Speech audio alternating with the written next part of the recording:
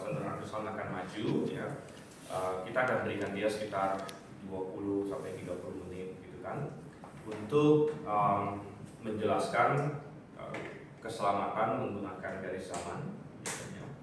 Dan bolehlah poin-poin lain mau ditambahkan juga. Tapi ingat ya, ini bukan 1 jam 2 jam yang setengah 20 atau 30 menit doang. Jadi harus diukur juga gitu. Jangan di semua poin dibahas ya, cukup waktu gitu kan. Jadi poin utamanya gitu ya, nanti habis itu baru kita masuk tanya jawab ke berbagai topik ya. Oke, gimana? Sudah siap? Teman-teman? Iya, kita beri tepuk tangan dulu ya. Dan ini boleh pakai ini ya.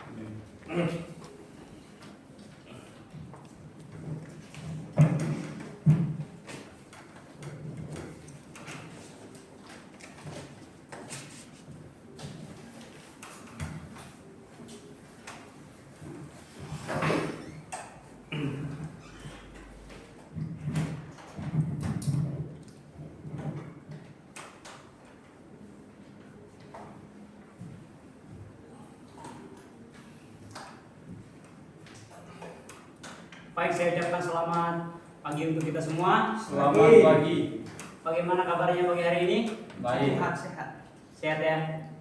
Ini rasanya agak berbeda karena di depan kita ada 3 dokter gitu ya. Jadi rasanya berbeda dan suasananya berbeda. Tapi tidak apa-apa. Hari ini tentu saya berterima kasih kepada 3 Gembala Kerape yang memberikan kesempatan kepada saya. Ini salah satu latihan juga untuk saya.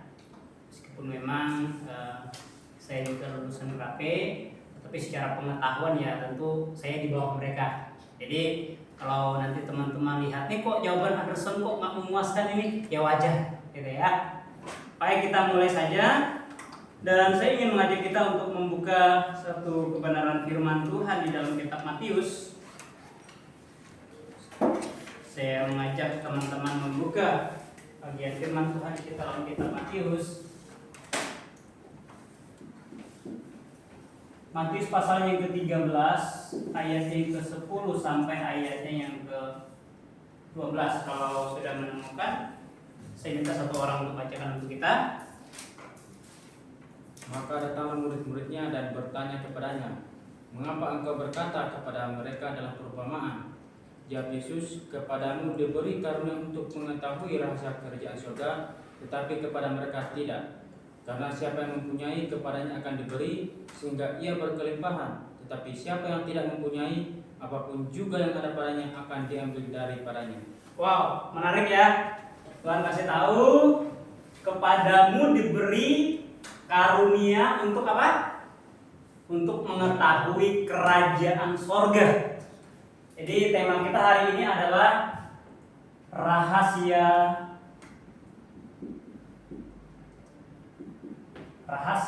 kerajaan sorga.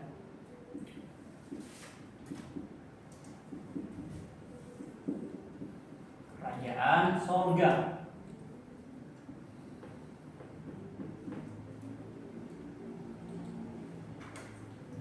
Tuhan kasih tahu, kepadamu diberikan karunia untuk mengetahui kerajaan sorga. Nah, yang namanya rahasia itu dikasih tahu secara umum tidak? Kalau rahasia, enggak ya? Biasanya dibisik-bisikin gitu, ataupun beberapa orang dikasih tahu gitu. Jadi tidak secara umum disampaikan. Jadi disampaikan secara bisa saja berindividu gitu. Jadi tidak secara umum disampaikan. Nah, Tuhan kasih tahu di situ, kepada kamu diberikan karunia untuk mengetahui kerajaan sorga. Bukankah ini sesuatu yang indah ya? Semua kita di tempat ini mau masuk sorga, amin? Ketika kita diberitahu gitu ya, kepada kamu diberi karunia untuk mengetahui kerajaan sorga, ini sesuatu yang sangat-sangat indah. Kenapa? Karena dunia ini kan sementara. Kita di dunia ini sementara. Tetapi ada satu fakta yang Tuhan nyatakan bahwa ada sorga dan neraka yang sifatnya kekal. Ya. Jadi ada sorga dan neraka yang sifatnya kekal. Nah, kalau seandainya kita di dunia ini sifatnya sementara dan ada sorga dan ada neraka yang sifatnya kekal, maka pertanyaannya kita mau kemana? Sedangkan di dunia ini adalah suatu persiapan kita. Persiapan kemana? Ya tergantung kita. Mau ke neraka, ikut iblis gitu kan? Atau ke sorga, ikut Tuhan. Nah sekarang kita coba kaitkan beberapa ayat, misalnya di dalam kitab Matius. Matius pasalnya yang ke-6 ayatnya yang ke-33. Satu orang bacakan. Matius pasalnya yang ke-6 ayat yang ke-33. Matius pasal 6 ayat 33. Tetapi carilah dahulu kerajaan Allah dan kebenarannya, maka semuanya itu akan ditambahkan kepadamu. Jadi dikatakan carilah. Nah, satu ayat lagi dalam kitab Amsal. Amsal pasal yang ke-23 ayat yang ke-23.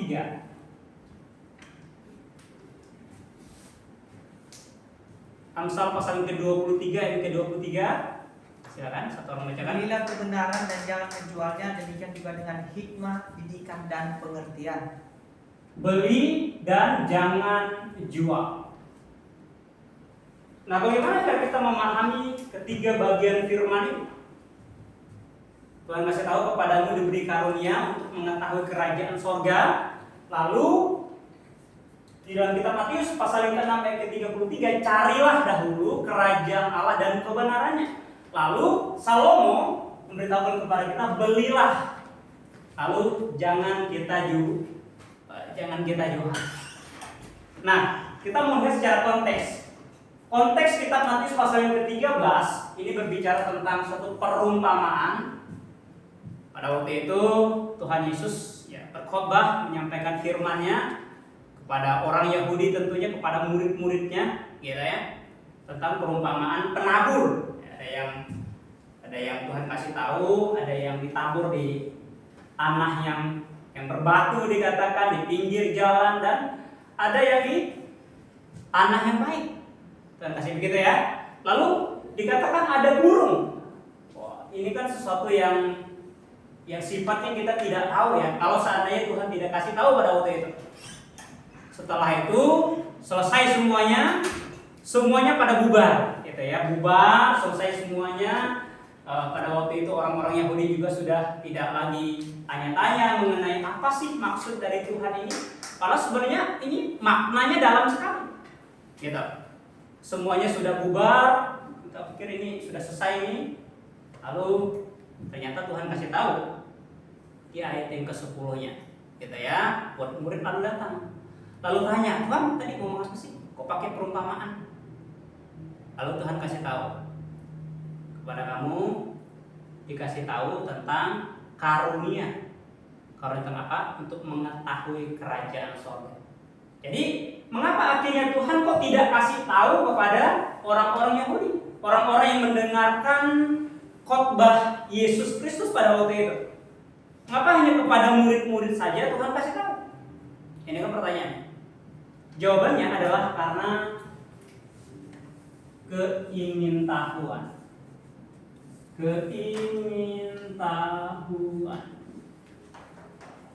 Jawabannya adalah karena keingintahuan. Tuhan kasih tahu, ya. Karena keinginan tahuan kamu itu, makanya saya beri tahu. Gitu ya.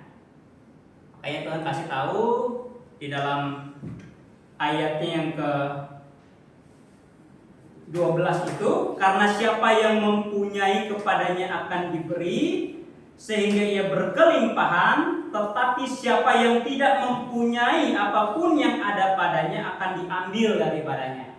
Wah, ini suatu paradoks yang sangat ini ya. Masa kok Tuhan bilang yang ada gitu, nanti Tuhan kasih, ya. Tetapi yang nggak ada Tuhan ambil. Mau ambil apanya lagi Tuhan? Tentu tidak lain tidak bukan adalah nyawanya sendiri. Nah, jadi Tuhan mau kasih tahu kepada kita ketika ada suatu keinginan dalam hati kita tentang kebenaran itu, maka sebenarnya Tuhan akan puaskan kita. Makanya khotbah Yesus di dalam kitab Matius pasal yang kelima, ini khotbah Yesus. Nah, masuk ke pasal yang kelima ayat yang ke-6-nya, coba satu orang baca.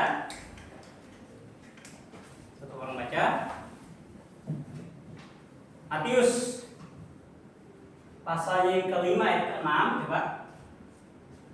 Berbahagialah orang yang lapar dan haus akan kebenaran, karena mereka akan dipuaskan. Wow, Tuhan kasih tahu, berbahagialah mereka, terberkatilah mereka, makarioslah mereka. Tuhan kasih tahu, terberkatilah mereka yang apa? Yang haus dan, kalau orang haus lapar itu dia bikin apa? Lari atau jalan-jalan, tentu makan. Nah, demikian juga ketika seseorang haus dan lapar akan kebenaran, dia cari kebenaran itu, maka Tuhan akan puaskan kepada dia. Gitu ya. Nah, sekarang dari ketiga bagian firman ini kita dapatkan satu ide bahwa kita perlu mencari, kita perlu bertanya, kita perlu mengetahui, dan berdasarkan kitab Amsal pasal yang ke-23 ayat yang ke-23, kalau kita sudah tahu, kita sudah lihat, kita sudah mengerti, maka kita perlu membeli dan jangan menjualnya. Nah, sekarang pertanyaannya, kalau ini berbicara tentang kerajaan surga, mengapa saya perlu ke surga? Karena sifatnya ingin tahu, maka kita perlu bertanya, mengapa saya perlu ke surga? Begitu ya? Nah, untuk menjawab hal ini, saya ingin menarik satu garis lurus di sini. Ini kalau rektor saya ini menyebutnya dengan garis jamah, gitu ya. Rektor saya itu, kalau Bapak Ibu tidak kenal, Dr. Suhento Liao, ya. Jadi beliau bilang ini adalah perjalanan waktu, ya. Dari awal titik penciptaan hingga kekekalan. Jadi Dr. Suhento Liao sudah merangkum seluruh kebenaran firman Tuhan dalam satu garis saja. Satu garis saja gitu ya. Kalau kita mungkin perlu beberapa garis gitu. Kalau Dr. Suhento Liao merangkumnya hanya dalam satu garis. Oke? Nah, mengapa kita perlu ke surga? Dan apa manfaatnya ketika kita masuk surga? Mengapa saya harus masuk surga? Dan kita perlu bertanya. Gitu ya. Nah, sekarang coba kita lihat satu bagian firman Tuhan di dalam kitab Roma, pasalnya yang ke-3 ayat yang ke-10 dan pasalnya yang ke-6 ayat yang ke-23. Ya, secara cepat saja, satu orang bacakan saya. Roma pasal yang ke-3 ayat yang ke-10 dan pasalnya yang ke-6 ayatnya yang ke-23. Silakan. Seperti ada tertulis, tidak ada yang benar, seorang pun tidak. Oke, tidak ada yang benar.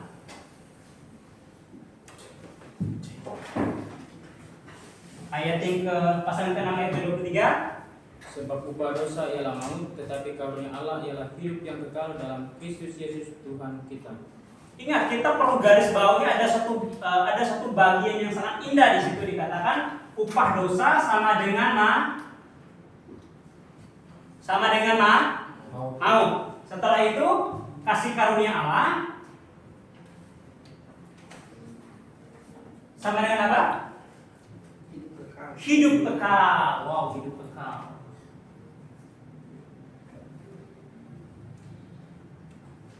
Ada lihat perbedaannya? Jadi upah dosa itu ialah maut. Kasih karunia Allah ialah wah, sekarang kita bertanya, mengapa dan seperti apa? Begitu. Nah, sekarang kita lihat. Tuhan menciptakan segala sesuatu, dan di antaranya kita yang ada di sini. Ini semuanya ciptaan Tuhan kan? Amin. Atau ada robot di sini? Ciptaan Tuhan. Tuhan menciptakan manusia di Taman Eden, ya. Ini singkat saja.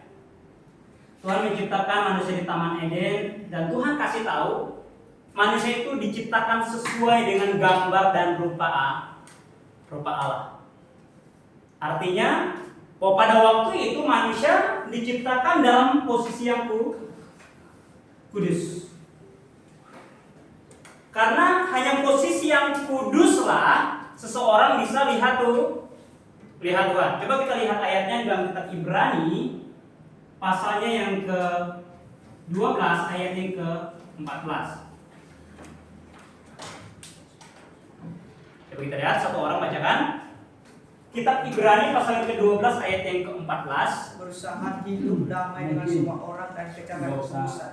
banyak baca ayat habis waktu, kita kan mau tahu prinsipnya utamanya gitu. Nangkep nggak? Ya, prinsip lebih cepat aja. prinsip utamanya ayatnya kita udah tahu gitu. Garis jangan. Ya, ayatnya kan kita udah tahu nih. Ya, prinsipnya. Oke, siap. Oke, kita sudah lihat ayat tadi dalam kitab Ibrani pasal ke-12 ayat yang ke-14. Tanpa kekudusan itu tidak ada orang yang bisa lihat Tuhan. Oke, itu prinsipnya.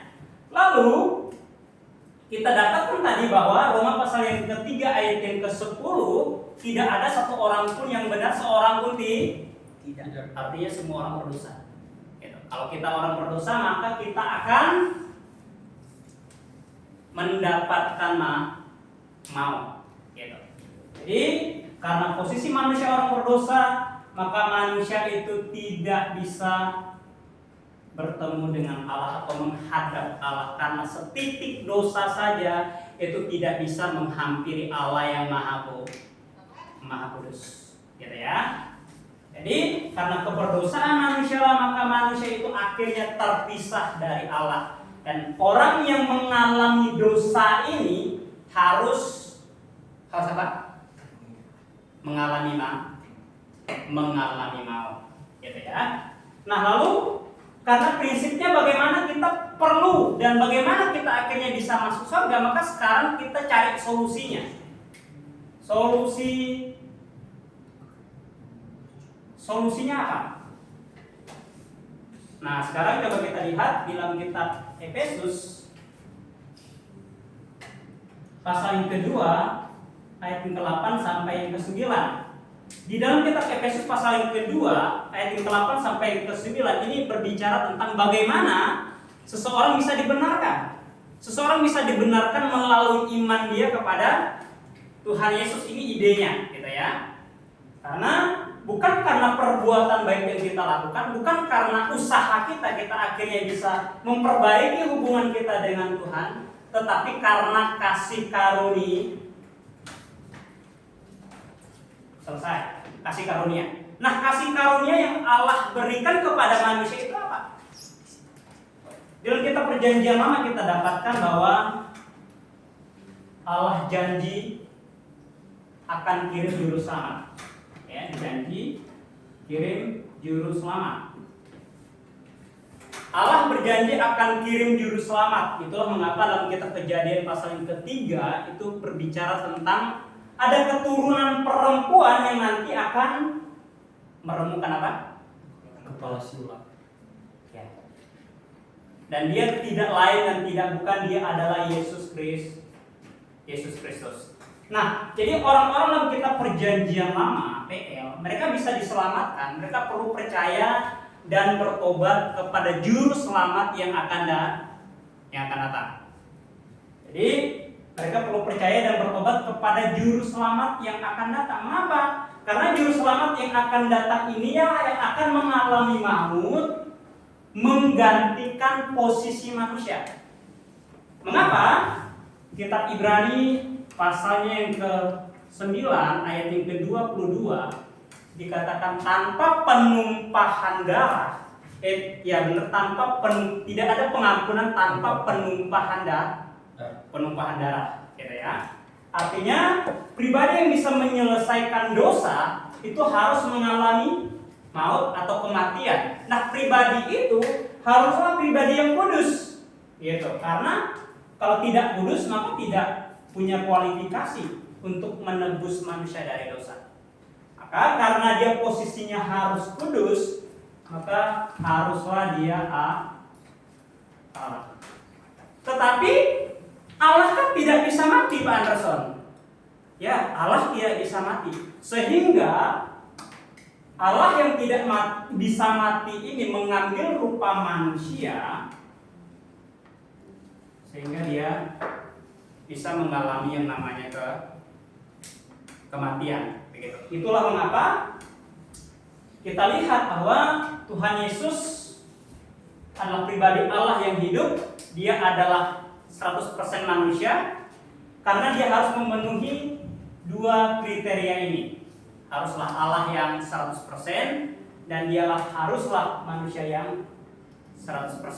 Begitu ya. Nah, jadi orang dalam kitab perjanjian lama mereka bisa diselamatkan kalau mereka percaya dan bertobat kepada juru selamat yang akan datang. Mereka melakukan yang namanya ibadah simbolik, menyembelih seekor domba. Mereka menyembelih seekor domba sambil mereka mengaku dosa mereka, dan mereka percaya nanti akan datang juru selamat yang akan menyelesaikan segala dosa mereka. Dan ini mereka terus lakukan sampai tampilnya Yohanes Pembaptis.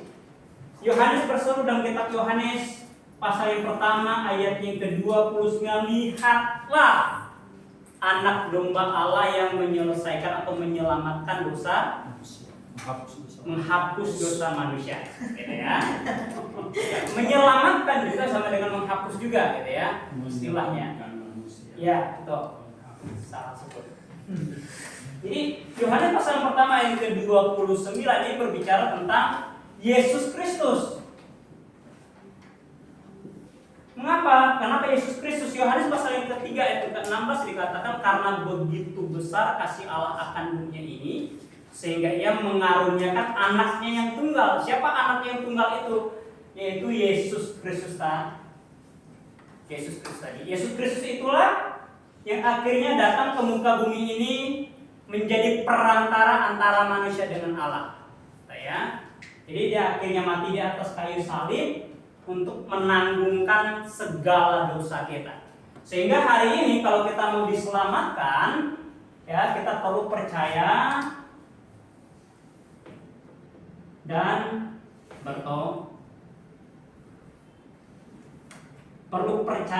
bertobat kepada siapa? Kepada Yesus Kristus yang sudah mati menggantikan posisi kita.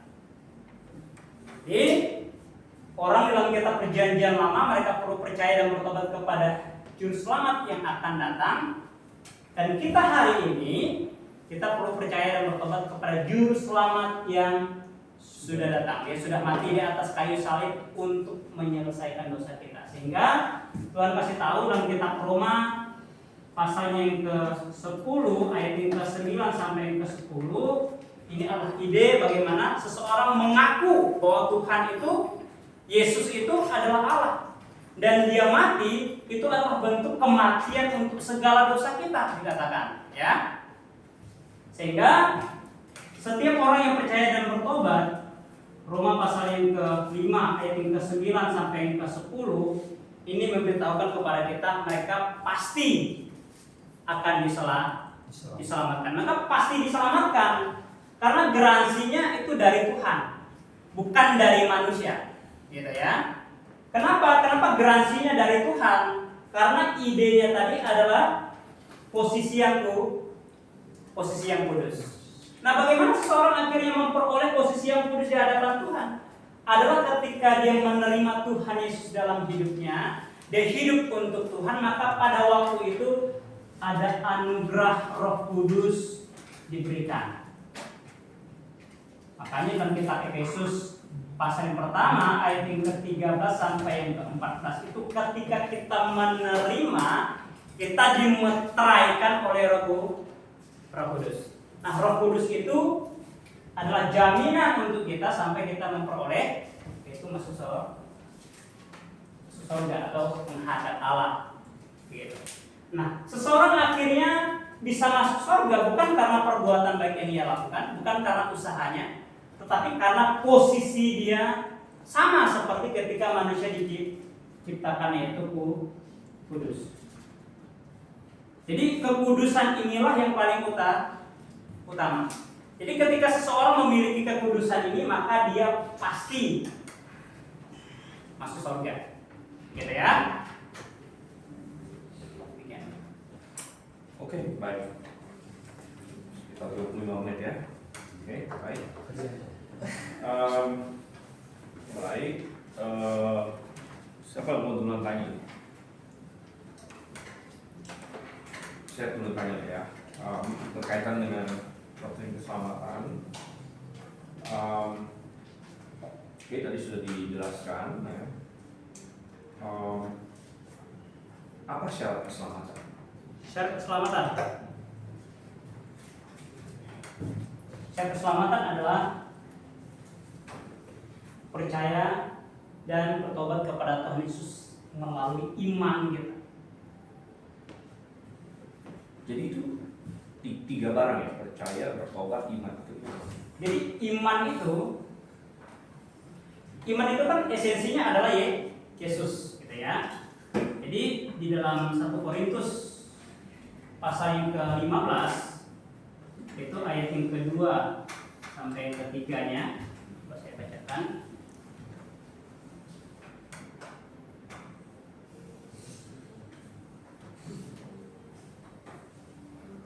Oleh Injil itu kamu diselamatkan asal kamu teguh berpegang padanya seperti yang telah kuberitakan kepadamu, kecuali kalau kamu telah sia-sia menjadi percaya. Sebab yang sangat penting telah kusampaikan kepadamu, yaitu bahwa yang telah kuterima sendiri, bahwa Kristus telah mati karena dosa-dosa kita sesuai dengan kitab suci. Jadi esensi dari iman itu sendiri adalah Yesus Kristus, gitu. Nah, jadi ketika seseorang percaya dan bertobat kepada Tuhan Yesus, maka dia diselamatkan, begitu. Kenapa? Karena tanpa iman itu tidak mungkin ada orang yang berkenan kepada Tuhan. Ibrani pasal yang ke-11 ayat ke-6. Percaya dulu baru bertobat, atau bertobat dulu baru percaya? Sebenarnya kedua bagian ini saling berkaitan. Jadi misalnya nih, percaya yang seperti apa ini sangat menentukan. Kalau saya percaya kepada juru selamat yang sudah mati untuk saya, ini percaya. Nah, bertobat ini apa? Nah, bertobat itu bentuk perubahan sikap, perubahan perilaku, perubahan pikiran karena pengenalan dia akan Kristus. Jadi ketika dia percaya, maka secara otomatis dia itu akan bertobat. Ini pertobatan yang benar, gitu ya. Kalau seandainya dia cuma percaya saja tapi dia tidak bertobat, ini bukan percaya yang benar. Gitu. Jadi maksudnya itu satu paket gitu. Jadi satu paket. Ya. Iman dengan percaya itu sama tadi.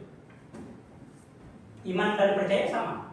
Iya. Makanya tadi saya bilang esensinya sama. Karena Yesus Kristus kita. Percayanya kan imannya tadi kepada Yesus Kristus. Ya. Bukankah ada ayat-ayat Alkitab yang mengatakan seseorang harus dibaptis untuk diselamatkan? Apakah Anda setuju dengan itu? Kalau saya ada gereja yang mengajarkan bahwa seseorang diselamatkan setelah dia dibaptis, karena ada sepertinya ada ayat yang mengajarkan seperti itu. Sebenarnya saya tidak setuju. Kenapa? Karena sama seperti yang saya sampaikan tadi, bahwa keselamatan itu adalah suatu anugerah yang diberikan oleh Allah kepada kita melalui iman kita tadi, ya. Jadi iman kita percaya dan bertobat kepada Tuhan Yesus, maka kita dianugerahkan keselamatan. Nah, kalau seandainya ditambahkan dengan baptisan, maka ada suatu ide yang baru yang ditambahkan, gitu. Berarti ditambahkan plus. Tapi bagaimana dengan ayat seperti Markus 16 ayat 16? Oke, Markus 16 ayat 16. Markus 16 ayat yang ke-16. Ini siapa yang percaya dibaptis, tetapi siapa yang tidak percaya akan dihukum. Jadi konstruksi ayatnya begitu. Tadi tidak dikatakan siapa yang tidak dibaptis akan dihukum. Jadi konstruksi ayatnya begitu. Mungkin salah pemahaman konstruksi ayatnya kayaknya, ya. Tapi bukankah ada dua hal yang disebut di situ lebih sama? Yang mana? percaya dan dibaptis. Ya tergantung penekanannya. Kalau penekanannya, kalau seandainya dia mau tekankan, oh harus dibaptis baru dia selamat, maka dia melanggar bagian-bagian firman yang lain, gitu. Jadi pada penekanan ini yang salah sebenarnya. Banyak orang yang pada penekanannya salah. Tetapi kita lihat konstruksi ayatnya bahwa siapa yang percaya itu diselamatkan, siapa yang tidak percaya itu akan dihukum, gitu. Barangnya begitu. Gimana jawabannya? Atau masih memuaskan? Apakah seseorang perlu berbuat baik untuk masuk surga? Oke. Apakah perbuatan baik ada andil untuk keselamatan gitu ya? Begini. Jadi yang menyebabkan manusia itu akhirnya terparkir di neraka itu bukan karena perbuatan baiknya atau perbuatan jahatnya, atau bukan karena dia kurang berbuat baik atau kurang atau banyak berbuat jahat. Tetapi persoalannya adalah pada dosa ini tadi saya sudah. Jadi perbuatan buruk itu kan dosa. Iya betul. Jadi perbuatan kita itu tidak menentukan kita akhirnya bisa masuk surga atau masuk neraka. Bukan itu yang menyebabkan kita Masuk surga, masuk neraka karena dosa. Dosa kan perbuatan kan? ya upah dosa tadi kan adalah maut. Tadi kan saya sudah jelaskan bahwa kita semua orang berdosa. Benar. Gitu, Jadi ya. masuk surga karena perbuatan, masuk neraka karena perbuatan kita. Tidak karena pelanggaran kita. Ya dosa itu, dosa pelanggaran kita itu. Dosa itu kan sesuatu yang kita perbuat kan? Ya, Bapak tadi kan mengatakan mau masuk surga kan? Iya. Tadi kan kamu tarik ke masuk neraka. Iya. Masuk neraka bukan karena perbuatan kita. Iya. Benar nggak masuk neraka? Masuk karena surga perbuatan- bukan karena perbuatan kita. Oh, masuk neraka karena perbuatan. Masuk neraka adalah karena kita tidak percaya, karena kita tidak melakukan yang benar di hadapan Tuhan. Makanya dosa itu kan pelanggaran hukum Tuhan gitu kan. Itu perbuatan kan? Ya perbuatan. Jadi masuk neraka karena perbuatan juga. Ya secara otomatis karena perbuatan kita yang menyebabkan akhirnya kita masuk neraka gitu. Oh iya benar. Tadi katanya bilang bukan. Oh ada yang bilang gitu ya? Ada. Sorry. Soalnya tadi kan soalnya tadi saya katakan bahwa bukan karena perbuatan kita akhirnya masuk surga gitu. Jadi tujuannya masuk surganya gitu. Nah, kalau kita masuk neraka karena perbuatan kita, Iya. bukankah kita bisa masuk surga karena perbuatan kita juga? Oh tentu tidak. Oh, tentu. Tidak. Ya, tidak.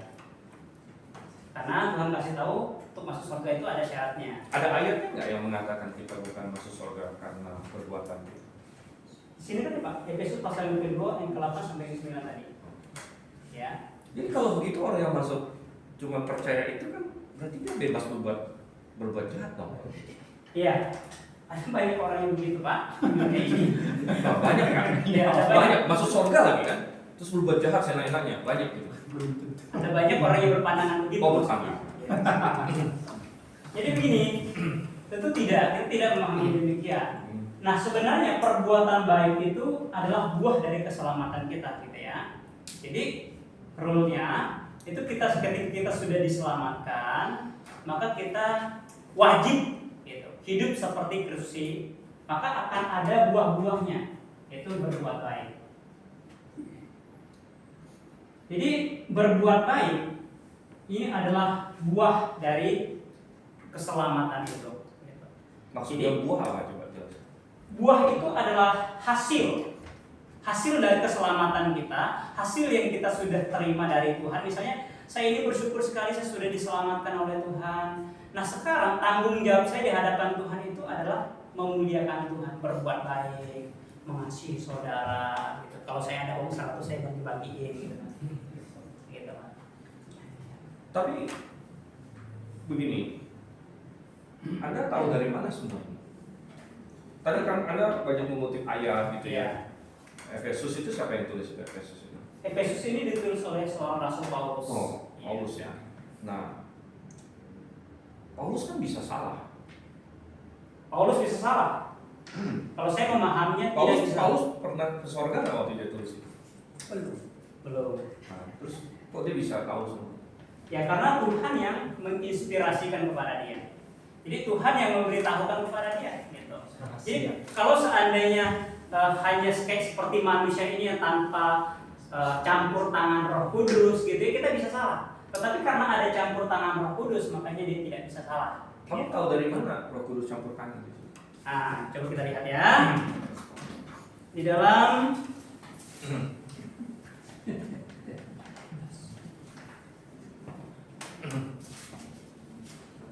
kita lihat di dalam kitab 2 Timotius.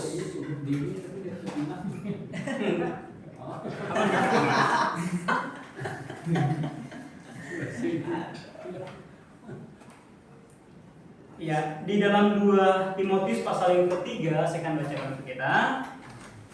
Segala tulisan yang diilhamkan Allah memang bermanfaat untuk mengajar, dikatakan untuk menyatakan kesalahan, untuk memperbaiki kelakuan, dan untuk mendidik orang dalam kebenaran. Jadi segala tulisan, ya tulisannya mana ya? Tulisan-tulisan Paulus, ya. Tulisan-tulisan dalam kitab Perjanjian Lama, ada kitab Kejadian, Keluaran, Imamat, dan lain sebagainya. Gitu. Matius, Markus, Lukas, dan sebagainya. Oke, kamu baru saja mengutip Alkitab untuk membenarkan Alkitab itu sendiri. Iya.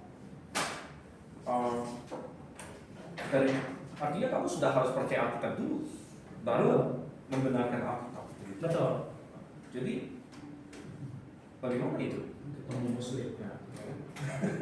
Ya, Nah, kalau orang yang dari awalnya nggak percaya Alkitab kan, dia nggak percaya 2 Timotius 3 ayat 16 itu. Bagaimana kamu bisa membenarkan kamu percaya Alkitab itu firman Allah kepada orang yang Buddhis. yang belum? Saya ajak dia berkelas dulu, Pak. Ya, misalnya giliran kamu berbicara podcast. Oh gitu ya. Yang nggak mau ikut kelas karena muslim. Ya begini. Mengapa kamu? Misalnya ada orang bilang begini, kenapa kamu tuh orang Kristen? Kamu percaya Alkitab kan? Iya. Kenapa sih kamu percaya Alkitab? Apakah karena kebetulan kamu lahir sebagai orang Kristen? Iya. Atau apa? Gimana? Begini. Kemarin orang tanya itu Anda tanya di BBA jawab itu. Iya. Begini. Kita tahu bahwa Allah itu satu. Atau Esa.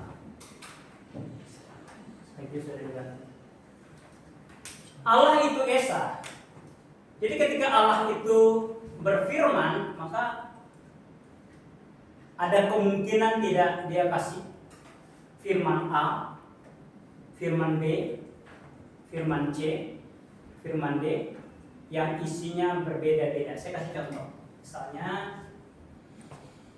Al-Qur di kitab sebelah ya. Kan, terus Bible, terus D, E. Yang isinya ini kita dapatkan bahwa berbeda-beda, gitu ya.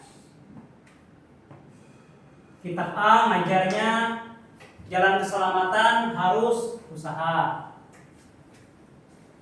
Kitab B, ini Bible bilang percaya bertobat.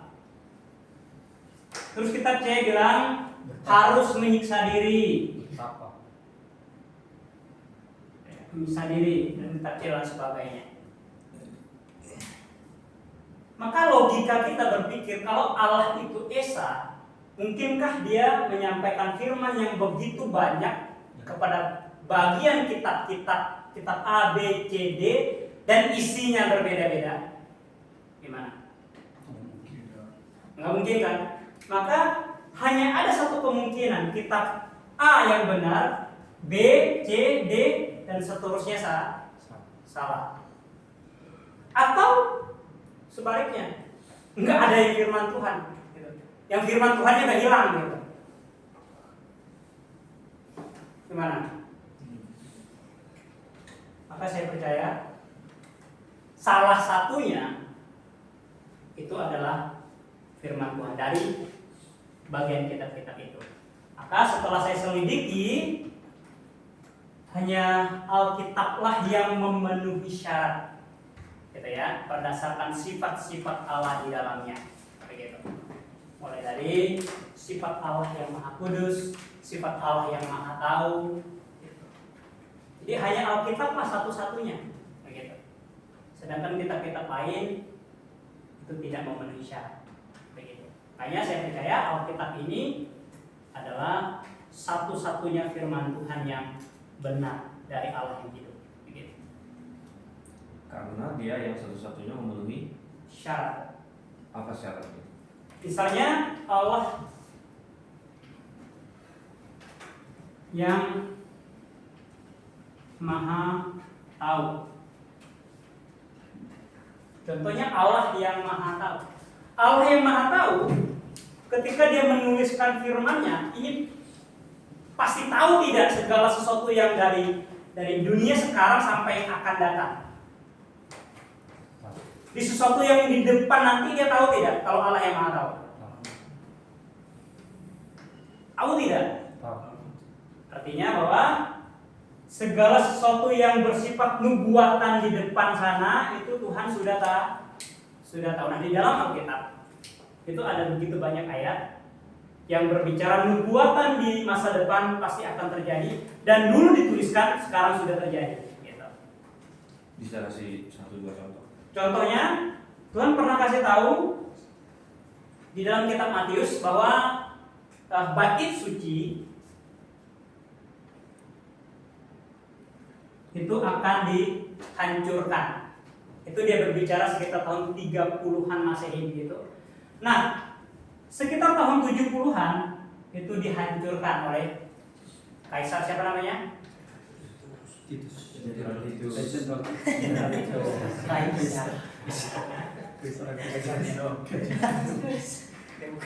Itu siapa Nero? Titus. Gitu. Saya tanya mereka. Ya, ini salah satunya.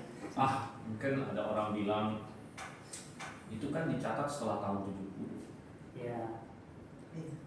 Yang sebelum tahun 70, Pak? Ya, maksudnya kayak Matius. Matius itu ditulis tahun berapa? Ya, sekitar tahun 50-an gitu, Pak.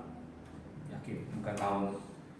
Kalau Matius itu kan nyalin dari Markus. Enggak, Pak. Hah? Tidak. Enggak. Tidak. Tapi kamu pernah dengar teori itu? Pernah Markus dengar. nyalin dari Markus. Iya. Kamu nggak setuju? Tidak setuju. Alasannya? Ya, karena begini. Karena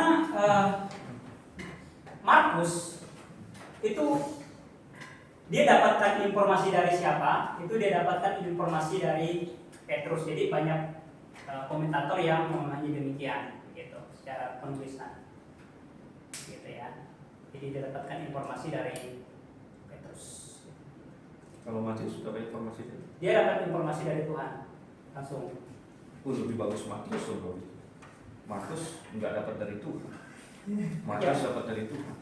Ya gini, Markus juga, karena kan Petrus itu kan rasul dari Yesus Kristus juga. Artinya bahwa informasi yang diberikan oleh Petrus itu adalah dari Tuhan juga, gitu. Jadi, tetapi berdasarkan inspirasi dari Roh Kudus. Gitu. Jadi dia dapatkan informasi dari Petrus. Oh gini loh, akhirnya ada suatu inspirasi yang Tuhan kasih sehingga Markus menulisnya dengan benar, gitu, tanpa salah. Gitu. Oke. Ada debat lain lagi yang mau tahu?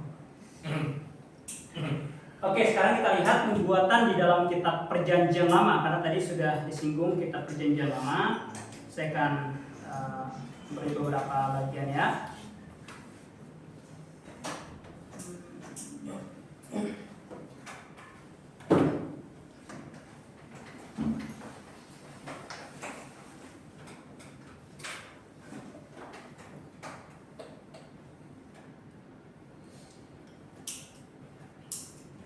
Secara garis besar aja, kalau nggak hafal tempatnya.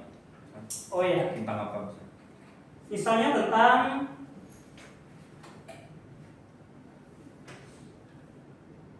penghancuran bait suci. Itu yang Bait suci yang sorry, tentang 70 tahun pembuangan ke Babel. Di dalam kitab Raja-Raja Tuhan kasih tahu bahwa karena orang Israel tidak taat kepada Tuhan, mereka hidup tidak benar di hadapan Tuhan, maka Tuhan akan membuang mereka ke Babel, begitu. Nah, akhirnya kita dapatkan dalam kitab Daniel bahwa Daniel mencatat mereka dibuang ke Babel itu selama 70 tahun. Itu sekitar tahun 605 sebelum Masehi, begitu. 605 itu mulai dibuang atau Iya, dibuang? pembuangan pertama ke Babel, begitu. Oke. Selain Allah Maha Tahu, apalagi secara ini? Allah yang Maha Benar.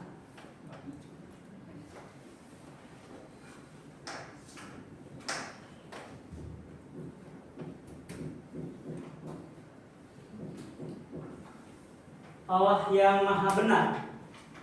Jadi kita percaya Alkitab itu ditulis oleh Allah yang Maha Benar karena ketika dia menuliskan firman-Nya itu mustahil salah, gitu ya. Itu mustahil salah.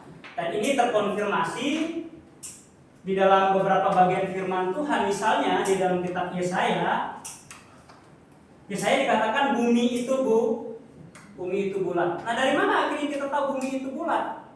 Pertama, ada banyak orang yang berspekulasi itu Galileo Galilei yang memahaminya dulu gitu ya, sebagai bumi itu bulat. Nah, itu ditulis kira-kira tahun berapa itu Galileo mengemukakan pemahaman itu?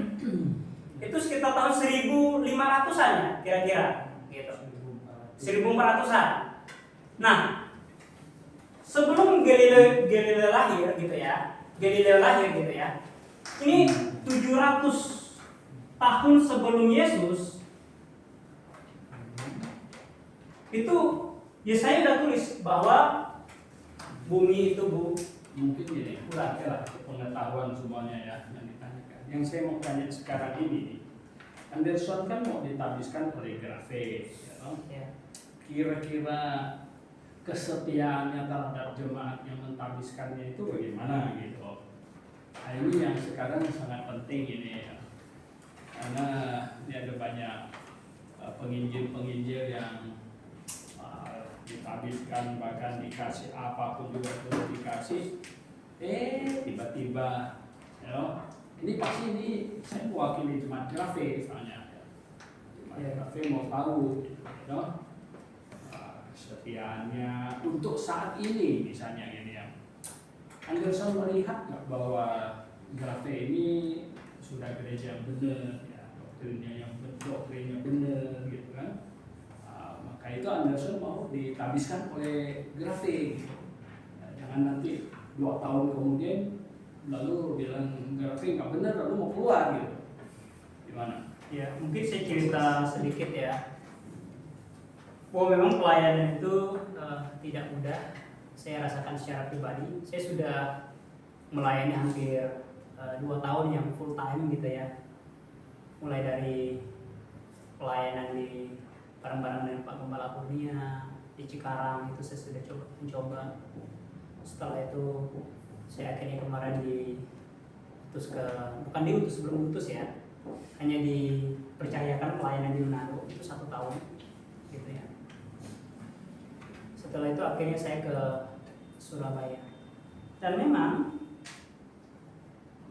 saya merasa itu tidak mudah, apalagi dengan modal sendiri gitu ya. Saya tidak meminta bantuan siapapun ketika saya pelayanan gitu ya. Tetapi memang ada juga orang yang dengan setia membantu gitu. Jadi selama saya hampir 2 tahun pelayanan itu saya benar-benar mandiri gitu. Nah, jadi karena saya tahu rasanya bagaimana pelayanan di luar dan bagaimana rasanya pelayan ketika saya memang mandiri gitu ya. Tidak melibatkan siapa-siapa, hanya melibatkan Tuhan saja. Maka saya berkomitmen. Kemenangan 1 tahun ya? Hampir 1 tahun. Ya, Ada di support? kemarin disupport oleh Pak Hamid, gitu. Pak Hamid yang support. Oh, ya. Iya, Pak Hamid. Bukan dari sini? Enggak ada, tidak ada. Yang beli tiket segala? Oh, yang beli tiket itu ya Grafe. Balik. Tapi setengah saya setengah Grape gitu kemarin.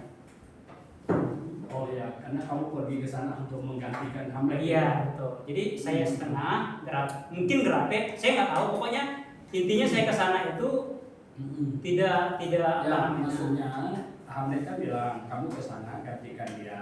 Iya. Dia yang akan kasih ke sebagian ke-10-an dari sana ke kamu, betul? Ada nggak? Dia cuma kasih saya 1 juta itu aja. Oh, ya. Saya nggak ada informasi yang lain Ya. lagi, hanya itu saja. Gitu. Ya. Dan mengenai Jadi tiket, kita mandiri lah. ya saya hitung itu mandiri gitu karena Ya. memang secara ini kan pelayanan kan. Jadi kan dealnya Hamlet kan begitu. Iya. Dia ke sini kuliah, kamu ke sana gantikan dia. Sebagian dari persepuluhan dia itu akan kasih ke kamu, dibilang, you know? Nah, terus dia kasih ke kamu 1 juta ya. Dia tidak bilang begitu sih. Oh iya, tidak bilang itu, tapi dia kasih kamu 1 juta. Ya, Iya. dia bilang saya Iya. begitu. Dia bilang itu persembahan kasih dari dia bilang gitu aja. Ya artinya kan dia dapat persepuluhan. Ya, Saya juga dari nggak sana. tahu. Ya maksudnya dia dapat persepuluhan dari sana. Iya. Terus dikasih ke kamu 1 Iya. juta. Ya, Oke. Gitu. Iya. Maksudnya pertanyaan Muksi itu kesetiaan kamu dalam pelayanan Iya. ini. Iya. Banyak senior kita mundur karena banyak tawaran. Dulu saya cerita di Philadelphia itu waktu Philadelphia pecah. Sebenarnya saya udah jadi gembala kalau saya mau keluar dari GBA. Waktu Philadelphia pecah, saya mau dijadikan gembala. Akhirnya waktu itu saya Oleh Pak terpaksa. Jonathan. Ya, tapi syaratnya harus keluar dari GBA, tidak boleh di bawah GBA. Akhirnya saya ambil keputusan, saya tetap di bawah GBA. Nah sifat-sifat seperti itu kan banyak. Saya nggak ngerendahin ya, saya cuma mau kasih tahu. Maksudnya musik itu gimana kesetiaan kamu nanti di pelayanan ke depan. Apakah kamu anggap pengajaran GBA ini lebih benar dari yang lain? Sebenarnya tunggu dulu sampai saya selesai dulu harusnya. Jadi tunggu dulu sampai saya selesaikan dulu. Baru saya nanya kalau belum paham saya tanyakan. Boleh, Ini kan saya sedang jelaskan tadi, cuman dipotong sama Pak saya. Ya. Dan memang saya lanjutkan lagi, pelayanan itu tidak mudah dan tentu akan ada banyak tantangan. Tapi ya saya sudah rasakan itu dan saya juga rasakan penyertaan Tuhan dan saya rasakan pertolongan Tuhan lewat Jumat Grape, lewat didikan mereka, lewat banyak hal lah. Sehingga bagi saya untuk keluar dari Grape itu sesuatu hal yang tidak mungkin saya lakukan. Kenapa? Ya tidak ada satu orang pun yang hitungannya makan lalu muntah di tempat dirinya sendiri gitu loh. Karena ketika dia makan lalu dia muntahkan di dirinya sendiri lalu dia makan lagi, itu kan bodoh itu. Gitu sih. Apakah saudara Anderson menerima semua pengakuan iman yang Grape ada? Yang pernah baca ya di Kenapa? Ya, tidak ada masalah dengan semua poin-poin. tidak ada masalah.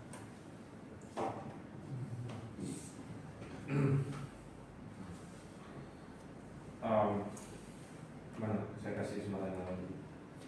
Iya, yang lain. Nih. Oke. Oh, jadi modal. Oke, siapa? Ray. Tanya sekarang. Ini boleh nanya? Boleh. Apa aja?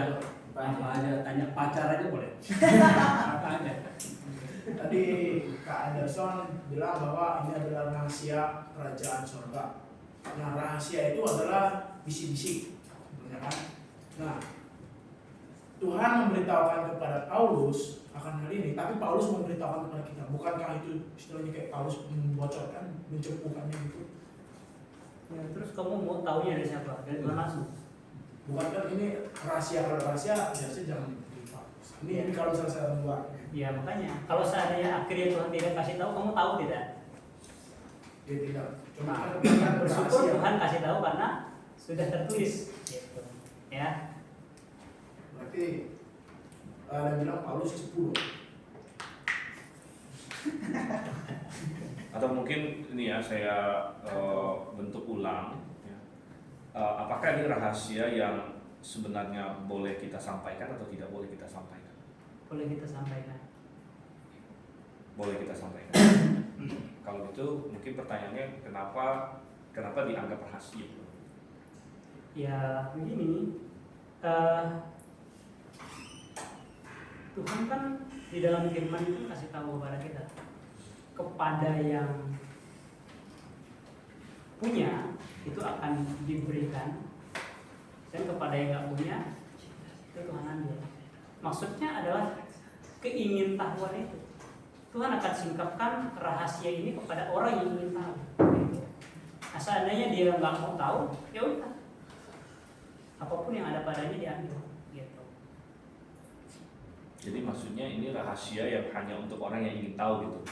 Ya, hanya untuk orang-orang yang sangat-sangat ingin tahu.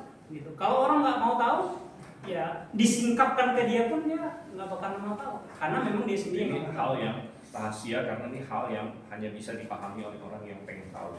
Ya bisa juga begitu. Bisa juga. Ya. Satu lagi Pak. Ya, satu lagi. Kan tadi dikatakan bahwa Dengan marah-marah. Mantap. keselamatan itu daripada Allah. Jadi manusia tidak ambil andil dong dalam hal itu. Namun bagaimana orang ada yang mengatakan bahwa kalau orang mau percaya kepada Yesus, bukankah itu andil dari manusia itu? Contoh, kalau saya mau diselamatkan, maka saya harus percaya kepada Juru Selamat itu. Bukankah berarti saya mengambil andil dalam keselamatan itu? Bagaimana? Atau dalam arti bahwa manusia sudah dipilih sebenarnya? Oke, pertanyaan bagus. Ya, ini. Tadi kan kita sudah bahas mengenai keselamatan yang benar. Gitu ya. Keselamatan benar itu adalah melalui iman di dalam Yesus Kristus. Yesus. Jadi iman itu usaha atau bukan? Kan begitu intinya. Iman itu bukan usaha, karena itu adalah bentuk pengakuan. Gitu. Percaya itu usaha tidak sih? Enggak. Apa sih definisi usaha itu? Usaha itu menghasilkan sesuatu, ada satu kerja yang kita lakukan, ada satu pekerjaan yang kita lakukan sehingga kita menghasilkan sesuatu. Kalau beriman itu percaya kali, ada. Nah, demikian juga mengenai pemilihan. Ya. Saya tidak berkata bahwa pemilihan itu salah dan kita percaya pemilihan, gitu. Tetapi pemilihan di dalam Yesus Kristus. Makanya di dalam Efesus pasal yang pertama ayat keempat itu kan kita dipilih sebelum dunia dijadikan malahan. Tetapi di dalam Yesus Kristus ini menunjukkan suatu pengetahuan Tuhan bahwa Tuhan sudah tahu kita mau pilih dia atau tidak, gitu. Berarti dalam arti bahwa manusia percaya berarti ada manusia ambil andil dalam keselamatan itu. Karena kalau dia nggak percaya, Ada kerja tidak manusia untuk keselamatan itu. kerja 100% dari Allah. Tapi itu nggak bisa diberikan kalau dia tidak percaya. Ya makanya percaya itu pekerjaan atau bukan? Itu yang perlu kamu definisikan ulang. Gitu. Kan keselamatan 100% dari Allah sendiri. Ya, Lalu kakak bilang manusia mengambil andil. Itu ya begini, percaya itu kan bukan pekerjaan. Percaya itu hanya kayak kamu Tuhan mengaku saja, gitu loh. Itu bukan usaha kamu, itu bukan pekerjaan kamu. Nggak ada yang kamu hasilkan. Nanti satu-satu. Ya. Satu-satu. Ya.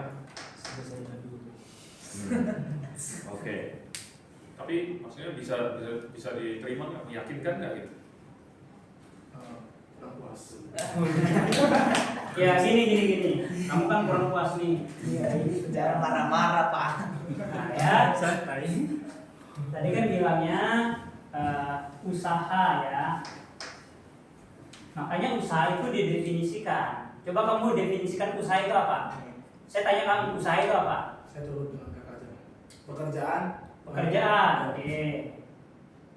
Perbuatan. Atau perbuatan. Terus apa lagi? Berarti ada pekerjaan, ada perbuatan, ada usaha di situ untuk menghasilkan sesuatu kan? Nah saya tanya kamu, beriman itu usaha atau bukan? Menurut kamu, berdasarkan definisi yang kamu ambil ini, ya udah, selesai. Oke, saya ingin bertanya satu hal. Sebentar. Sebentar, belum selesai. Ya. Belum selesai. Ya. Oke, nah mungkin ilustrasinya apa yang bagus untuk menggambarkan ini? Kayak Misalnya gini, ini Ray pakai Ray. Ray kasih roti, dia tawarkan roti, gitu ya, tawarkan roti. Oke, misalnya Jaya. Mr. M, udah mati dia. Tawarkan roti, gitu. Nih roti. Dia menerima roti ini, usaha dia atau tidak? Usaha dong, terima. Enggak. Kan terima. Menerima itu bukan usaha. Oke gini. Ya, oke. Berarti kalau misalnya dia terima, Ya. dia dapat. Kalau nggak terima dia nggak dapat. Berarti dia ngambil andil dalam mau Terima. itu. Ya begini. Ini kan sudah dikasih di Tuhan kan kasih tawaran nih. Tawaran, gitu kan? Ini roti. Sudah Tuhan sudah kerjakan ini, sudah usahakan ini. Nah, kamu hanya tinggal percaya saja, mengaminkan saja. Ibarat kayak kamu makan roti itu saja gitu. Itu usaha kamu tidak dong. Mana bisa usaha? Berarti ada ambil andil dong makanan hukumnya. Tidak, di mana andilnya? Andilnya mau. Yang bekerja itu kan Tuhan. Tuhan yang sudah sediakan rotinya, kamu tinggal makan saja gitu. Yang bekerja itu Tuhan yang memberi itu Tuhan. Ya. Dia beri itu. Berarti ada ambil andil kamu mau terima tuh nggak? Nah itu kan ada ambil andilnya. Mungkin maksudnya Ray itu dia menerima itu adalah peran. Jadi ada perannya dong. Ada. Ya, kalau dibilang perannya iya. Jadi ada peran kita yang mau menerima dia gitu loh. Andilnya peran gitu. Bukan andilnya. Bukan dalam pengertian andilnya. Iya. Gimana sih cara menjelaskannya itu? Nah, iya bisa. Karena Kalau misalnya saya Iya. kasih handphone ini ke saudara Anderson nih, perlu terima nggak? tawaran Ini kan? saya kasih gratis ini. Iya, tawaran. Ya, saya tawarkan gratis.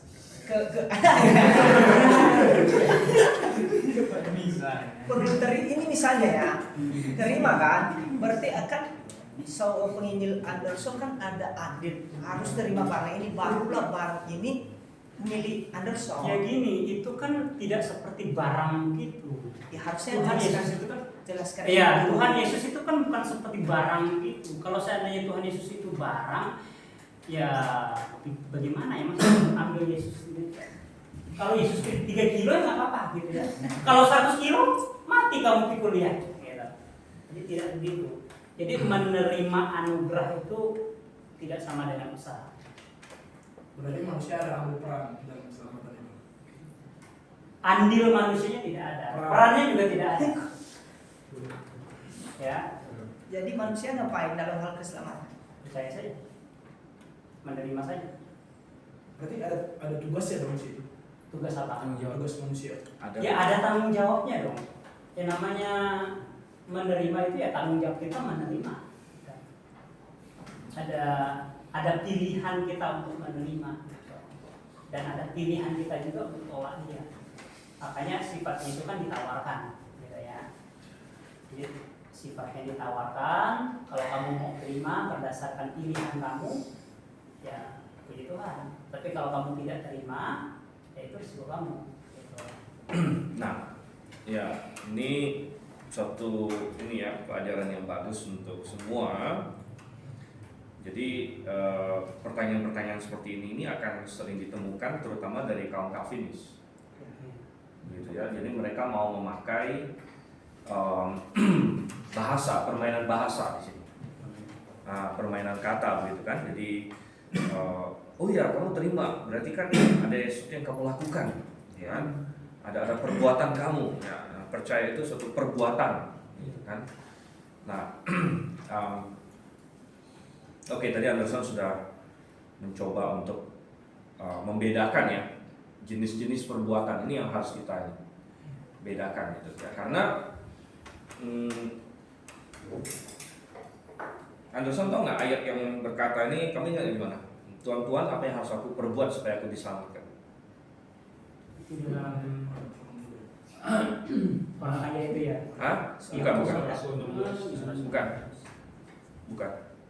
Itu di Kisah Rasul. Apa yang harus aku perbuat supaya aku diselamatkan? Yohanes. Bukan. Oh, Ayo, Kisah Rasul 16. siapa yang tahu? Kisah Rasul. Nah, coba buka. Makanya ini ya. Coba Kisah Kan Rasul. itu kepala penjara Filipi yang ngomong Kisah Rasul pasal 16. 16 di sini. Ya.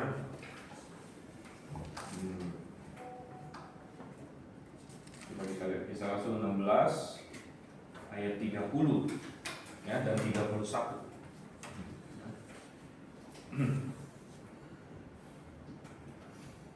Di sini kan kepala penjara Filipi bertanya nih, Tuhan, apa yang harus aku perbuat supaya aku diselamatkan? Benar nggak? Iya. Terus mereka menjawab, percayalah kepada Tuhan Yesus dan engkau akan selamat, engkau dan seisi rumah. Jadi di satu sisi kita bilang kita tidak diselamatkan oleh perbuatan kita, benar nggak? Ya. Tetapi di sisi lain ada orang bertanya, Tuhan, apa yang harus aku perbuat supaya aku diselamatkan? Terus Paulus nggak jawab gini, kamu nggak bisa berbuat apa-apa, tahu gitu. Ya, kamu nggak bisa berbuat apa-apa, udah lu tenang-tenang aja gitu. Ya. Enggak, Paulus jawab apa? Percayalah kepada Yesus Kristus, gitu kan? Jadi ini seolah-olah suatu perbuatan yang harus mereka lakukan, begitu. Ya. Cuma bedanya apa? Nah, di sini letak permainan kata dan permainan konsep di sini kan yang sering diajukan oleh Calvinis ya. Di mana mereka tidak membedakan perbuatan yang menghasilkan jasa dengan perbuatan yang tidak menghasilkan jasa. Gitu. Nah, ini yang sepertinya tadi kamu pengen ngomong ke situ, cuman kamu nggak ketemu istilahnya yang pas gitu ya. Ada suatu perbuatan yang menghasilkan jasa, jadi ada jasa saya di situ. Ya, ada jasa kita, gitu kan? Kayak misalnya kayak tadi, kamu mau kasih handphone ke saya, boleh sini coba ilustrasi, tapi jadi beneran gitu ya. Nah, waktu dikasih ini ada sesuatu yang saya perbuat, saya menerima.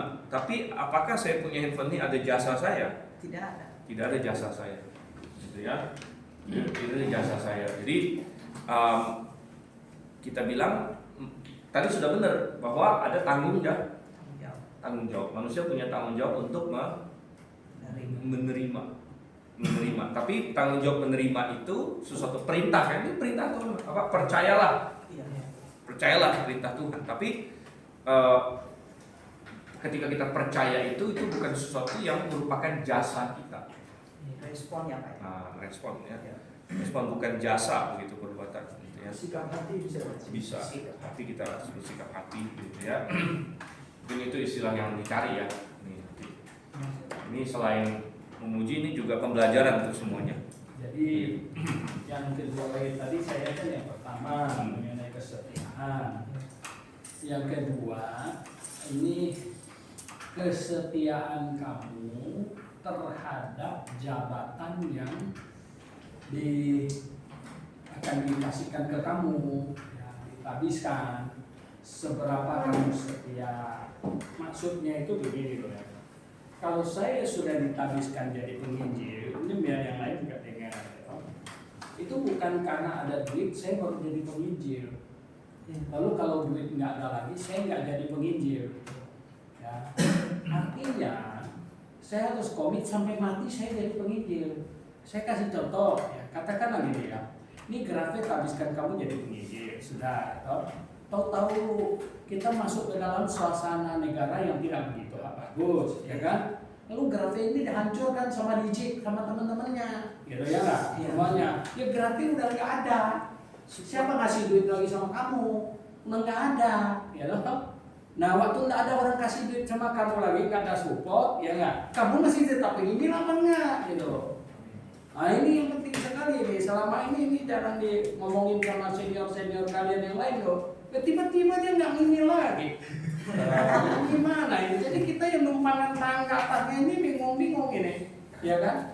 Kalau saya sekali ditabiskan jadi penginjil, ini penginjil seumur hidup gitu loh. Ini nggak main-main gitu. Ada duit nggak ada duit, saya tetap penginjil gitu, ya kan? Bisa aja gereja yang tabiskan saya itu udah hancur lebur, nggak tahu jadi apa. Ya nggak? Ya tapi saya tetap penginjil yang sekarang, yang kamu bilang itu, baru apa tadi itu? Chef apa?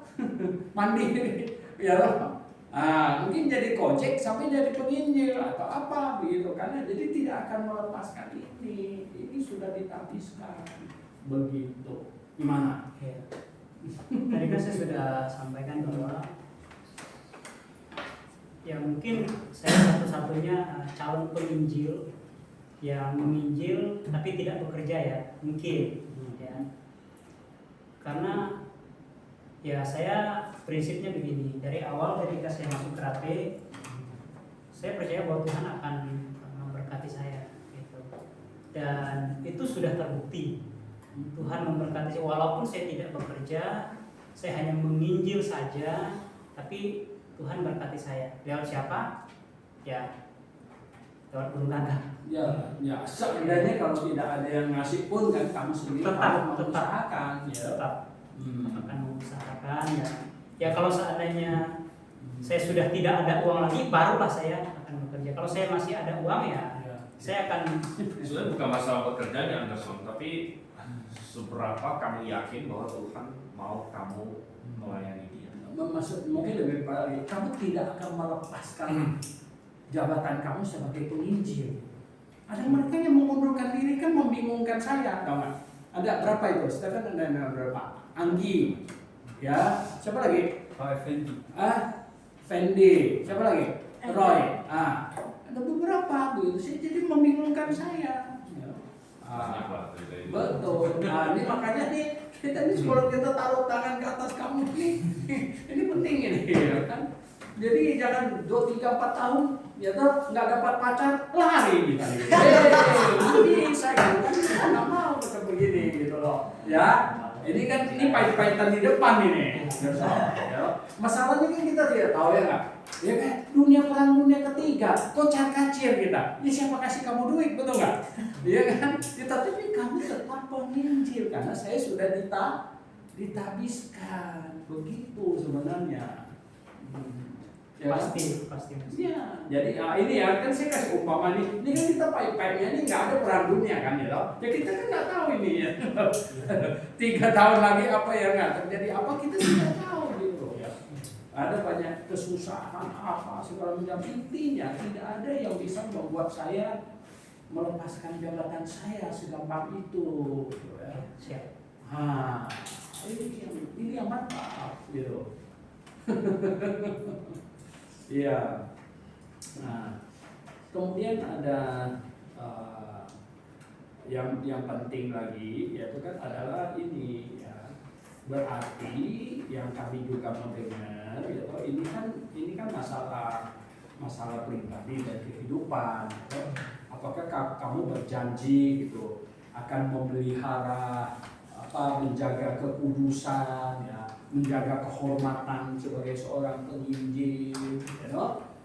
Nah, menjaga kehormatan bagaimana kamu ya hidup seperti apa gitu ya enggak. Kita nggak mau sampai ada orang lagi dipecat ya toh, cium-ciuman sama laki-laki gitu, ngawur nah ya misalnya gitu kan. Ya kan gitu. Gimana Ustaz? Kalau G kasih tahu sekarang G loh, kita nggak jadi tabisin gitu. Jangan ngawur ini ya kan. Normal lah ya udah gitu. Oke, jadi ini kan maksudnya orang salahin kami loh Pak. Iya, kita orang salahin kami. Wah, maksudnya itu. Oh, jadi dia tabiskan. Lah, kita nggak pernah nanya begitu ya mah. Ya kan, kita anggap normal kan semuanya gitu loh. Ya kan, oke ya. Jadi yang begini ini, nah kita mau supaya Anderson mantap. Kalau mengenai ilmu macam begini, saya kasih tahu ya. Ini harus makin dilatih, makin bagusnya. Ya, Pak Timotius kasih yang lalu tuh bilang berapa? 10.000 kali ya? 10.000 jam. 10.000 jam. Ya kalau saya lihat macam ini sorry ya. Saya tadi sambil kamu jelaskan, Saya malah mau berpikir gimana kalau anak mahasiswa kita ini semua itu tahun terakhir itu suruh ikut asuransi dulu. Beneran. John bisa begitu bagus. Itu waktu dia tahun berapa? Dia masih mahasiswa. Saya ngomong sama dia, John, saya bilang ya, kamu ikut ini Cicong Lukong, coba. Udah pegang tasnya doang, saya bilang. Ya, jadi dia hanya Cicong saya ikut ya, pegang tasnya. Tawarin asuransi ke ini yang di PRJ di situ, di tempat jual-jual di mall di sana. Cukup lama, John ikut banyak kali lah. Dia bilang, wah saya dapat banyak pelajaran.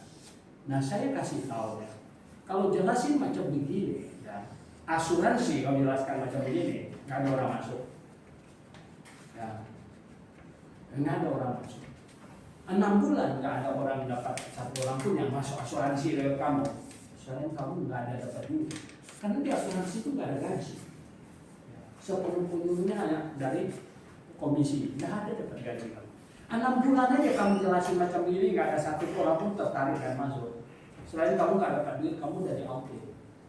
Ini agen yang nggak memenuhi syarat. Gitu. Ya. Nah jadi bayangkan kamu harus berapa hebatnya menjelaskan orang sampai orang itu terkagum-kagum. Yang sudah punya asuransi pun dia bilang, bapak punya itu cuma segitu, belum cukup ya. Kalau masih bisa tambah, kenapa tidak tambah pak? Gitu. Lalu, oh saya sudah ada. Nah ibu bagaimana? Ya.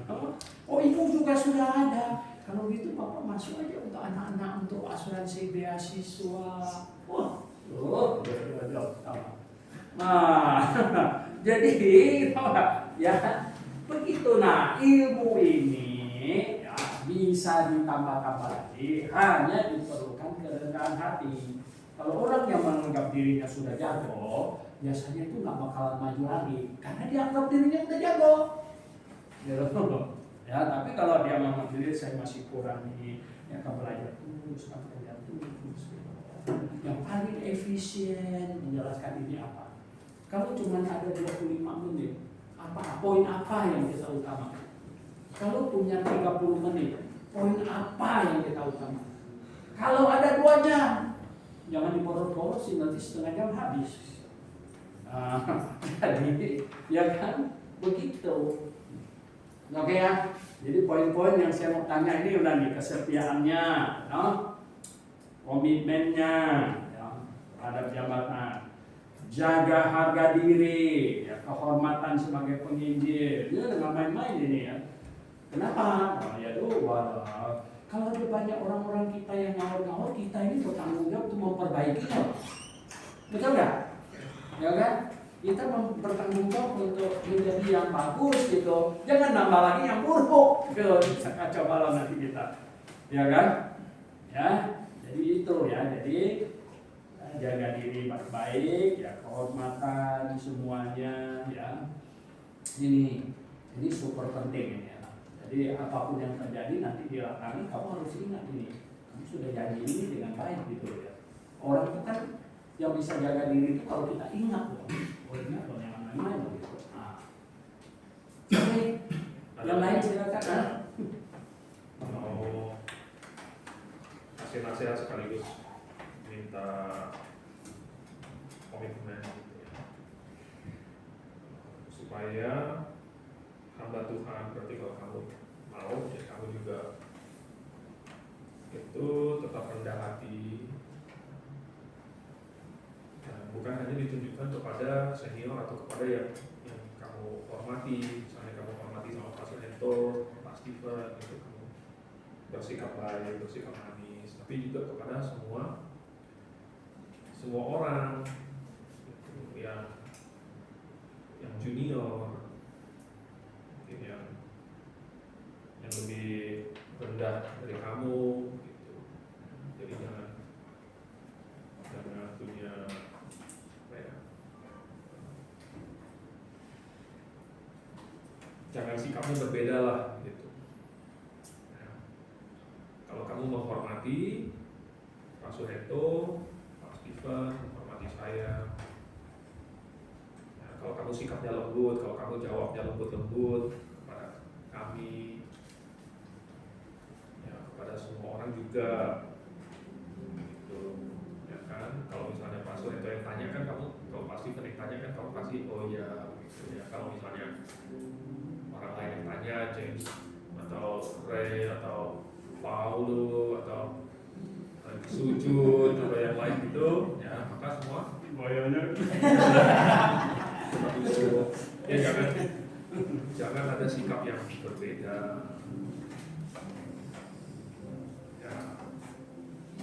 Ya harapan kami sih begitu, ya kan? Iya. Begini, Timo tadi saya mau datang ke sini, dia bilang saya cuma titip satu, Anderson, ya, dia mesti lebih rendah hati. Menurut saya, ya, ya, seperti itu ya. Jadi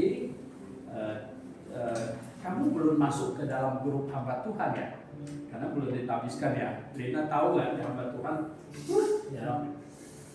Kalau tidak rendah hati, sesama hamba Tuhan itu sekali sebentar aja tahu. Ya. Ya, enggak saya nanya nih, Paulo itu tahu, dia kan ada di grup hamba Tuhan. Enggak usah umumin, saya sombong, enggak usah. Semua orang di grup itu langsung tahu si Anu itu sombong. Cepet. Dari bahasanya, dari kata-katanya, dari cara dia jawab orang dan lain sebagainya. Kalau hampir 100 orang kita di grup hamba Tuhan, ya. Dan semua orang bisa tahu bahwa ini orang sombong.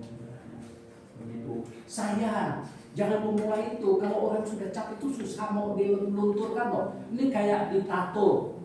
Ya. Sombong itu kayak ditato. Kalau kamu sudah ditato sombong, itu gimana cara hapusnya? Ya, setrika. Susah ya. Susah. Jadi makanya yang lainnya juga ya jangan sampai dicap apa? Sombong. Kalau dicap sombong ya oleh teman, malah teman itu agak susah dihapus itu. Ya benar. Kalau kamu saya semua susah. Itu memang sombong gitu ya. Makanya ini nasihat yang baik ya. Jadi ini bagus lah ya. Orang harus dari awal tahu. Kalau ada orang masih ingatkan kita itu bagus. Kalau tidak ada orang ingatkan kita lagi itu gawat sudah. Begitu. Oke. Ya.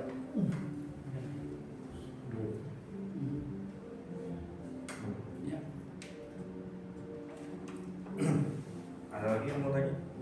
Ada Pak. Hah? Siapa? Kamu mau tanya? Iya. Apa mau tanya? Yang masalah masih tetap masalah percaya dan bertobat. Kalau misalnya orang percaya tapi tidak mau bertobat, tetap masuk surga atau tidak? Kalau misalnya bertobat tapi tidak mau percaya, masuk surga atau tidak? Tadi kan kita sudah ini ya, sudah bahas perumpamaan ya, bahwa percaya dan bertobat itu kan satu paket. Gitu. Nah kalau seandainya dia cuma percaya saja, percaya Yesus mati, terus dia masih hidup dalam dosa, artinya dia tidak bertobat. Dia tetap masuk surga? Tidak. Kenapa? Karena sebenarnya kalau seandainya dia masih terus berbuat dosa, hidup dalam dosa, dia sebenarnya sedang melanggar apa yang dia imani. Nah kalau dia percaya dengan sungguh-sungguh, maka secara otomatis dia bertobat. Gitu. Pasti dia akan bertobat. Dia nggak mungkin cuma percaya terus bertobat itu bohong. Gitu. Dia percaya yang tidak benar. Nah, gimana dengan bertobat? Bertobat saja gitu, bertobat dari apa? Wong dia nggak percaya kok. Kan banyak orang yang bertobat misalnya dia gara-gara dikasih tahu bahwa besok kamu mati kalau kamu merokok gitu. Sekarang kamu tidak boleh merokok lagi ya. Akhirnya dia bertobat. Nggak mati dia karena dia tidak merokok. Bisa saja. Jadi ya. Baik. Mana? Oke, kamu harus kasih pertanyaan sebelah. Oke, satu lagi ya.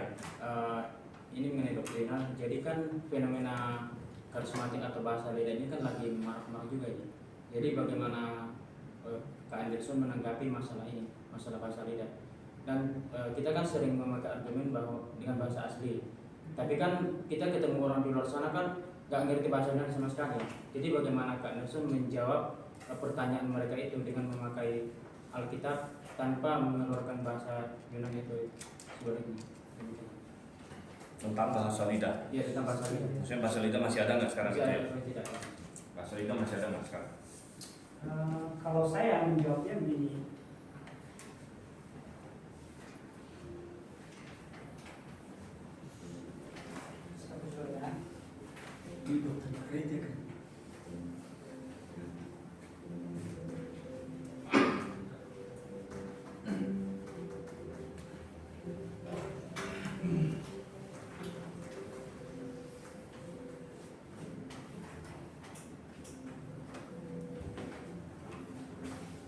bisa dikasih tahu ayat dasarnya mungkin? Ya, kita bahas ayat dasar yang dipakai.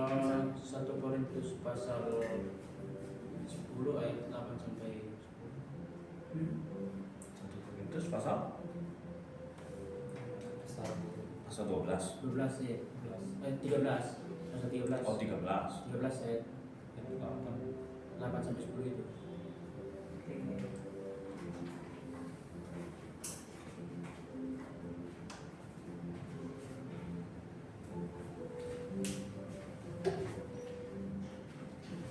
Di situ kan dikasih tahu bahwa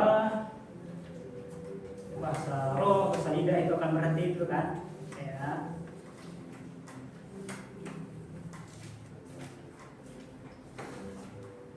Coba lihat ayatnya. 1 Korintus 13 ayat yang ke-8, kasih tidak berkesudahan, nubuatan akan berakhir, bahasa roh akan berhenti gitu ya. Nah, jadi argumentasi kamu tidak percaya bagian firman ini, gitu ya? Atau bagaimana? Iya, iya. Berarti kamu tidak percaya bahwa bahasa roh atau lidah itu berhenti gitu ya? Sampai saat ini masih jalan gitu ya? Nah begini, kalau seandainya kamu memahami bahasa roh atau bahasa lidah masih jalan hingga hari ini, maka sebenarnya pewahyuan Allah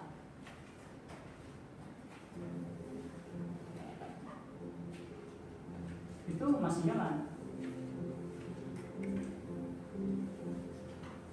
Begitu. Karena bahasa lidah itu adalah salah satu bentuk pewahyuan Tuhan, gitu. Nah, konsekuensinya maka masih ada firman Tuhan, gitu. Nah, kamu mau tidak masih ada firman Tuhan selain Alkitab? Gitu. Kalau kamu memahami bahwa bahasa roh masih ada, gitu. Nah, kalau seandainya kamu memahami masih ada, maka konsekuensinya maka pewahyuan hingga hari ini masih jalan.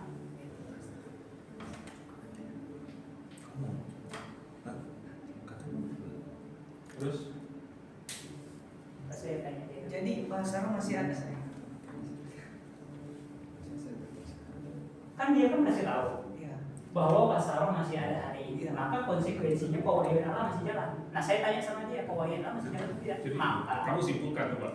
nah, jadi kalau saya pewahyuan Allah itu sudah selesai. Jadi sudah tidak ada lagi bahasa roh, gitu. Sudah tidak ada lagi bahasa lidah. Kenapa? Karena bentuk pewahyuan Allah sudah komplit, itu yaitu Alkitab. Tapi kan di situ ada kata sempurna ya. Ya. Sempurna. Bisa Nah, saja kalau kamu mau pakai itu, sempurna, maka ya. kita harus pakai bahasa aslinya. Kalau tidak ya tidak bisa, gitu. Berarti bahasa nggak ada bahasa roh. Kamu membatasi Allah kasih bahasa kepada manusia. Ya kan begini. Persoalannya kan kalau seandainya pewahyuan Allah masih jalannya masih ada. Berarti kalau sudah tidak ada pewahyuan dari Allah maka tidak ada, kan gitu. Itu sih. Kan Allah sampai sekarang masih bekerja. Bekerja bukan berarti Allah masih mewahyukan. Berarti kalau stop kamu membatasi Allah. membatasi Allah. Saya tidak membatasi Allah, justru Allah sendiri yang membatasi dirinya. Gitu. Jadi kita manusia ini tidak punya kuasa untuk membatasi Allah. Allah itu kan maha kuasa. Masa kita batas-batasin Allah? Siapa kita gitu kan? Tadi kan sempat disinggung ya, katanya harus ke bahasa Yunani-nya kan. Ya. Karena saya juga pernah sempat dengar argumen orang bahwa kalau kita tidak memakai bahasa Yunani, maka kita tidak akan bisa menjawab orang ketika orang bertanya bahwa itu mengacu pada Yesus Kristus. Yang sempurna, kata sempurna itu, kata sempurna itu mengacu pada Yesus Kristus, dan juga ada yang mengatakan itu mengacu pada Roh Kudus. Nah, bagaimana Kak Anderson sebagai calon penginjil nanti menjawab orang yang benar-benar nggak ngerti bahasa Yunani? Kan biasanya kan orang bingung gitu kalau kita turunkan masalah Yunani kan. Ya, maksudnya gimana kata sempurna itu tidak merujuk kepada Yesus dan Roh Kudus. Karena ada orang di luar sana ketika kita menjelaskan bahwa bahasa harus sudah berhenti dengan ayat itu, kemudian kan yang sempurna itu Yesus. Gitu. Nah, gimana kita buktikan ternyata kata yang sempurna itu bukan merujuk kepada Yesus? Maksudnya, Oh ya, begini, itu gampang saja. Kalau Yesus itu kan dia maskulin, maka dia harus dia untuk artikelnya, tetapi di situ pakai to ini kan netral gitu. Nah, kalau seandainya di situ dia feminim, maka dia pakai he gitu. Tetapi di situ dia pakai to, maka ya kita pahami itu sebagai Alkitab netral gitu kan. Jadi dia bukan maskulin atau feminim, begitu saja.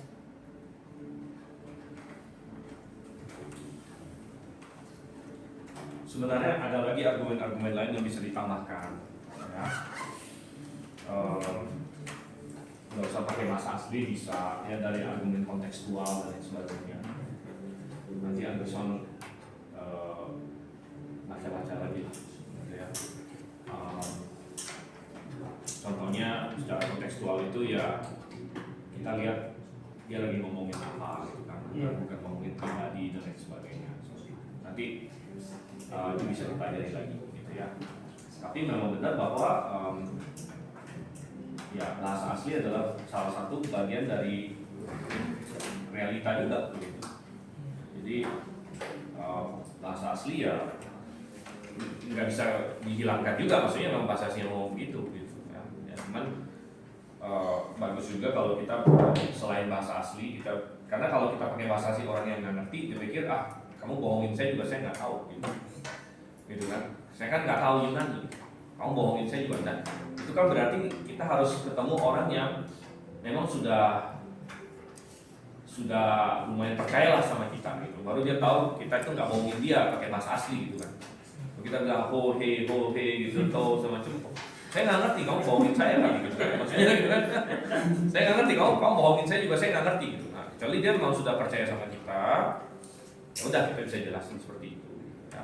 Jadi ada juga, tapi tadi kamu sudah bilang salah satunya berarti pewahyuan jalan terus ya. Tapi kamu harus buktikan lagi bahwa bahasa lidah itu adalah bagian dari pewahyuan. Gitu. Nanti ada ayatnya juga itu bahwa bahasa lidah itu kalau diterjemahkan sama dengan apa? Nubuat, benar kan? Sama dengan nubuat. Ya, jadi habis itu ya ada argumen kontekstual dan lain sebagainya ya.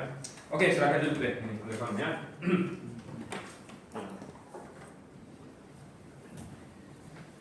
Oke, baik.